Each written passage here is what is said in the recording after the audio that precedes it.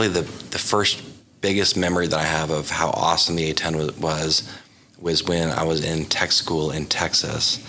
It would have been early 2001, I guess. And they were teaching us how to tow the airplane.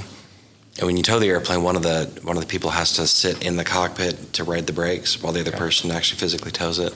And I always volunteered to be the guy that would sit in the cockpit because I wanted to be a pilot, right? Yeah. So I remember sitting in the cockpit, and it's a fairly large airplane, even though it's a fighter.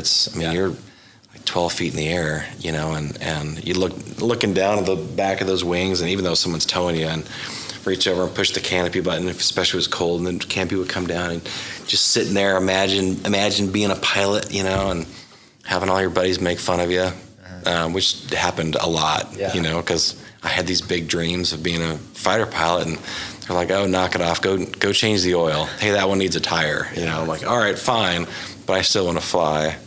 So yeah, doing that, and one of the inspirations was from the pilots, when they would.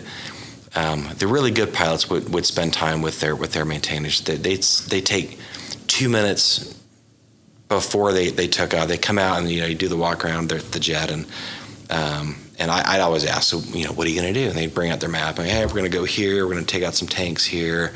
We're going to go find a tanker over here. It's called a fight tank fight. So you fight, and then you go hit a tanker. You go back and fight again.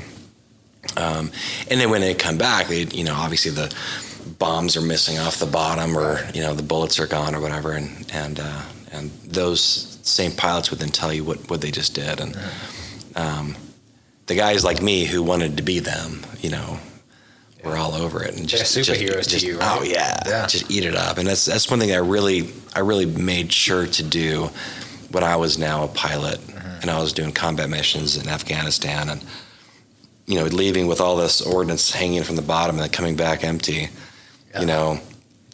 Taking that moment for your guys that are on the ground working, to the guys that loaded those bombs. Hey man, I just did this with those bombs. We just saved 2 convoys because you loaded those bombs, because you took the time to go to school to learn how to load those bombs. Backing them up all the way through all their decisions in life, to where they physically put that bomb on that aircraft for me to deliver it, and save the guys on the ground. So really repaying those workers the way that I was repaid, has shown to really pay dividends, because the more they the more they know about why they're actually doing what they're doing, the harder they work. I had a kid. He was 12 years old. He came out with his elementary, not middle school, whatever that, 12 years old. And I remember he was 12. They came out, and I was a young captain flying the A10s out of Boise, and they brought this school out, and they're like, hey, Slush, I was the young guy. Hey, Slush, go take these kids over and show them the airplane. So I did. I showed them the airplane, talked to them about how cool it was, and all that stuff. And this would have been in 2008 or 9, right? And then in 2015, one of those years, somewhere around in there, I'm in the dentist's office at Vance Air Force Base. I'm pretty sure I was a major at the time, so it would have been around 2015.